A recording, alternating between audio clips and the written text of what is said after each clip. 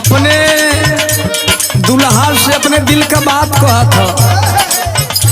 दुल्हा परदेश जाल चाहत, दुल्ही समझावा था। कौने भाव में मास्टर?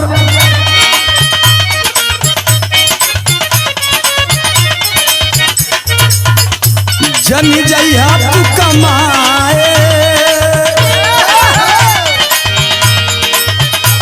जन जइहा तू कमाए कलकतिया पिया, जन जइहा तू कमाए।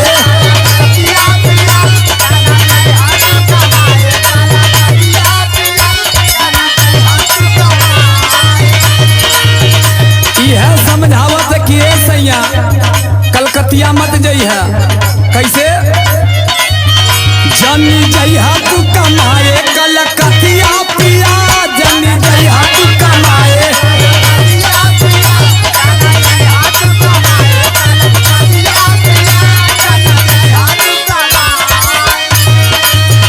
तनी हमरो तुम बतिया पिया, जन जइहा तू कमाए कलकतिया पिया।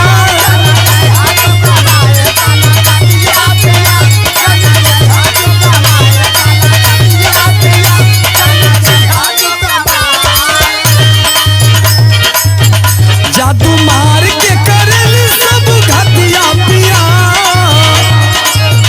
जादू मार के करेली सब घटिया पिया, जन जइहा कमाए कलकतिया पिया, जन जइहा कमाए कलकतिया पिया, जन जइहा कमाए कलकतिया पिया, जन जइहा कमाए कलकतिया पिया, जन जइहा कमाए।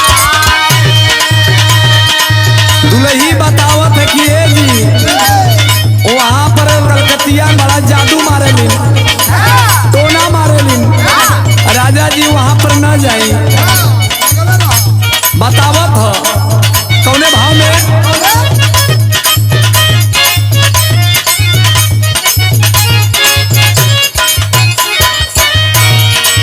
देखे चितवाला हो फेर दी मतिया, तोहरा से मजा लेवे लागी सवतिया, तोहरा से मजा लेवे लागी सवतिया, तोहरा से मजा लेवे लागी सवतिया। तोहर मती के मार लेही हमार सवत तोहरा से मजा लेवे लगी। तब दुल्ही कहत का कहत आई पे याद नहीं लगी जब यदतिया पिया, आई भी याद नहीं लगी जब यदतिया पिया, जन जइहा कमाए कलकतिया पिया, जन जइहा कमाए कलकतिया पिया, जन जइहा कमाए कलकतिया पिया, जन जइहा कमाए। दुल्ही का था राजा जी कलकत्ता मत जा, वहाँ पर बड़ा तो नहीं है। कौनो कुछ कर दी हन तू उन्हीं के फेरा में हो जाता। आगे कहत का